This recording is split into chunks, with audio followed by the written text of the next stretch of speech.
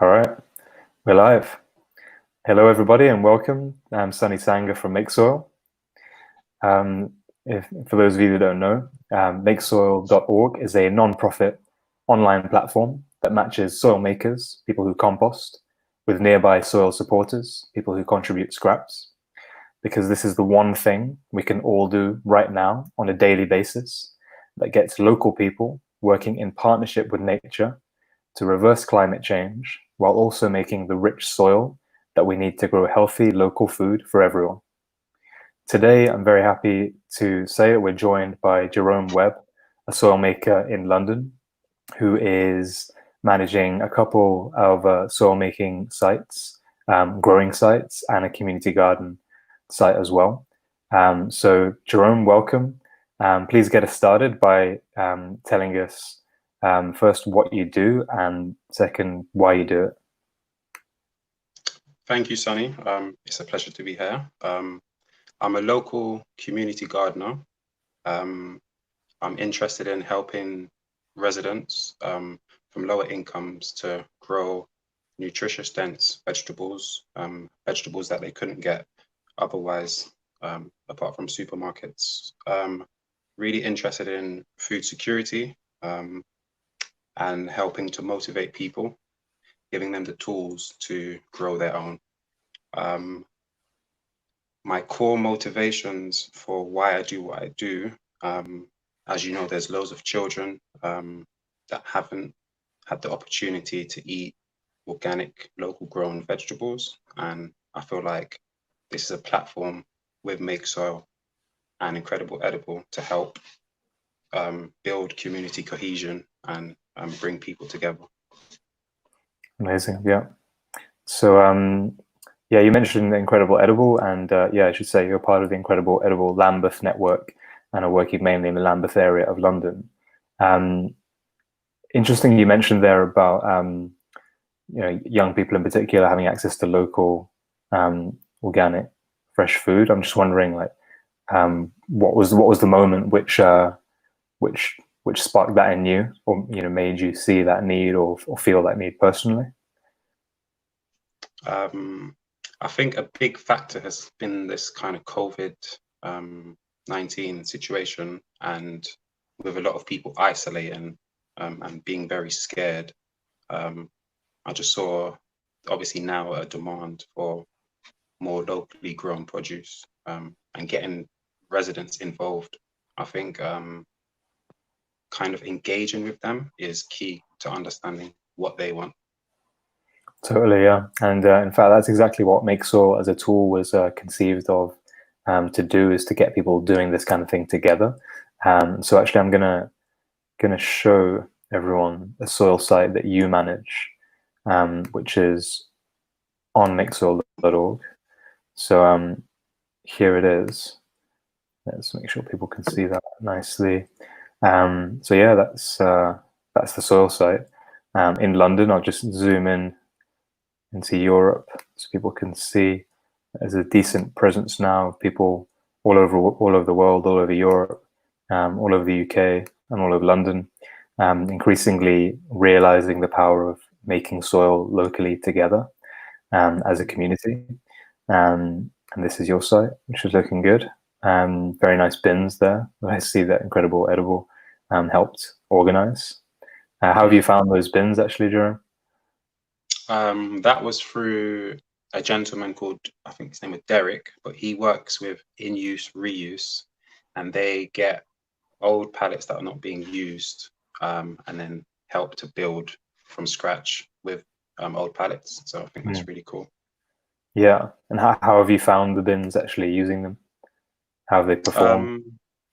Yeah, I mean, they're good. They obviously allow water to seep through when it rains. We had a good rain, so that helps to make the microbes and stuff more active. So yeah, they've been performing good. I mean, of course, there's always going to be room for improvement, but I think it's a nice foundation to start with, definitely.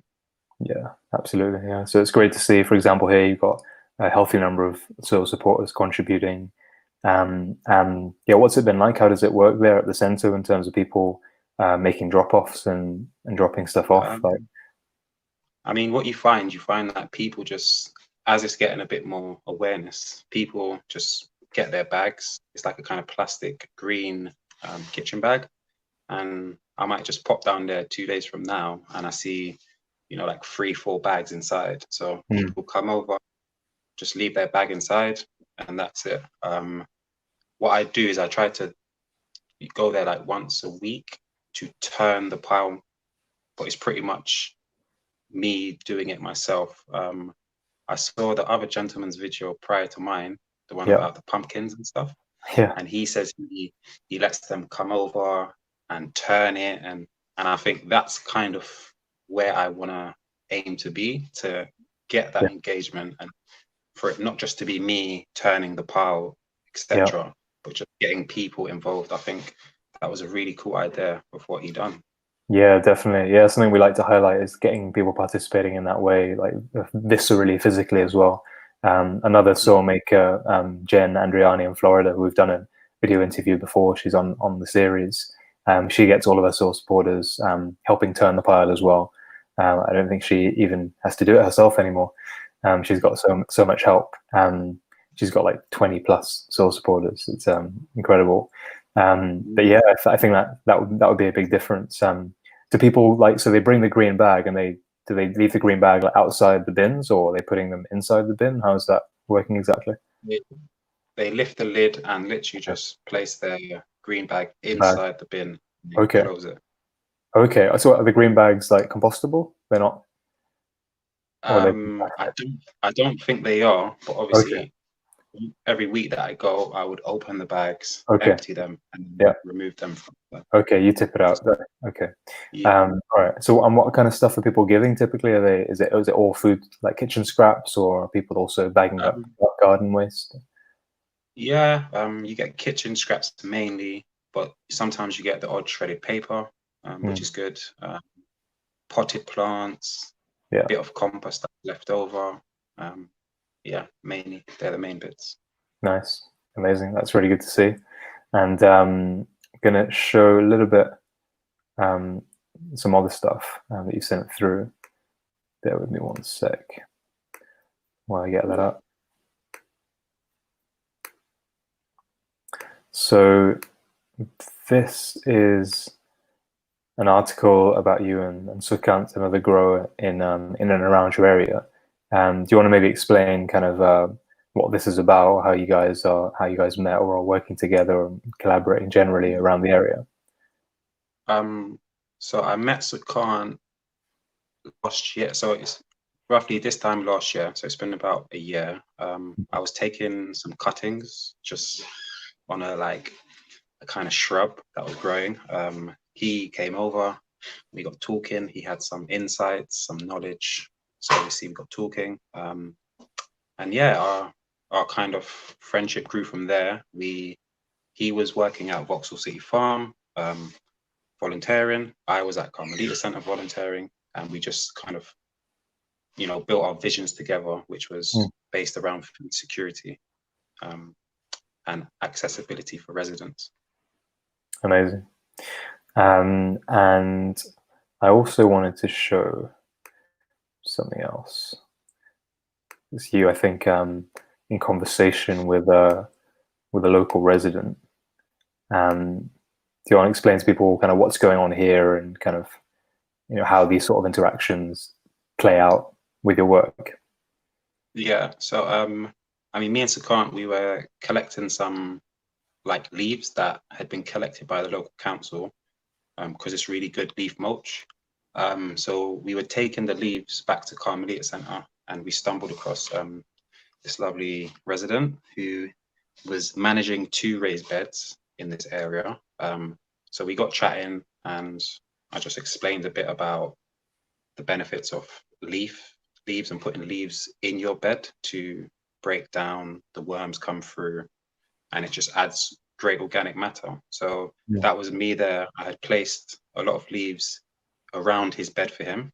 Again, helps to retain moisture and suppress weeds, which is excellent. And as you can see there, he's got trowel in hand. Just just kind of looking at what I was explaining to him, Yeah. the science behind enhancing soil and enriching it.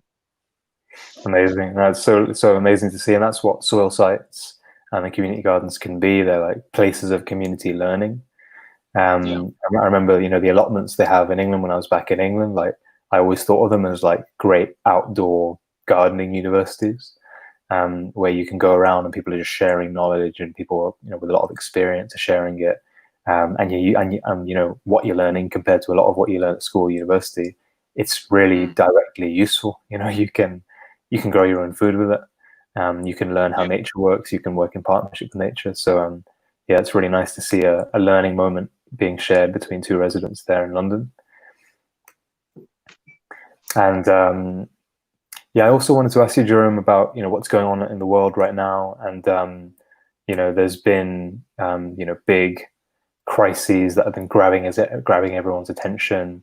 So there was like the whole coronavirus thing, which is still here.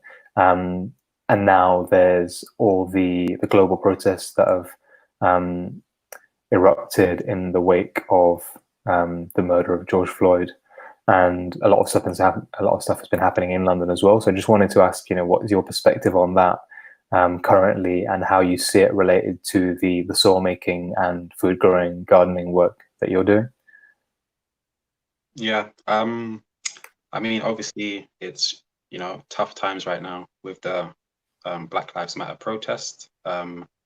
However, on the positive note, I believe that this is a great time to kind of unite, get together, and help to channel courses, workshops, sessions for Black people. Do you know what I mean? Get them engaged. If the councils are not engaging Black young residents, then of course they're gonna channel their anger and aggression in the wrong ways, i.e. going to pull down a statue. That doesn't do anything for us as Black people. So if charities can come together, small businesses can come together and put some foundations into place for Black people to be passionate about setting up a soil site or doing a speech on growing organic in urban cities. So I think it's a great time. I mean, yeah, a lot's going on, but I think it's a great time for us to support Black people into horticulture. Do you know what I mean? Because So I believe it's a time that we can use this to get good out of it. Amazing. Yeah. Well, on that inspirational note, let me thank you for being the role model you are, and also thank you, Jerome, for coming and sharing your story with us. Let's hope it inspires people to take direct personal action right now. Some things that people can do are go to makesoil.org and either find a soil site near you or start your own. Share this video on your personal page and any groups that you're in, so that more people can hear this important message. If you're a developer who can improve the MakeSoil platform, do contact us, and we can really scale up your skills for a positive ecological impact. And if you can, please make a donation as well, of any size, to support MakeSoil's work. And thanks for watching. Keep making soil, and I'll see you again soon. Thank you so much for joining us, Jerome. Yeah.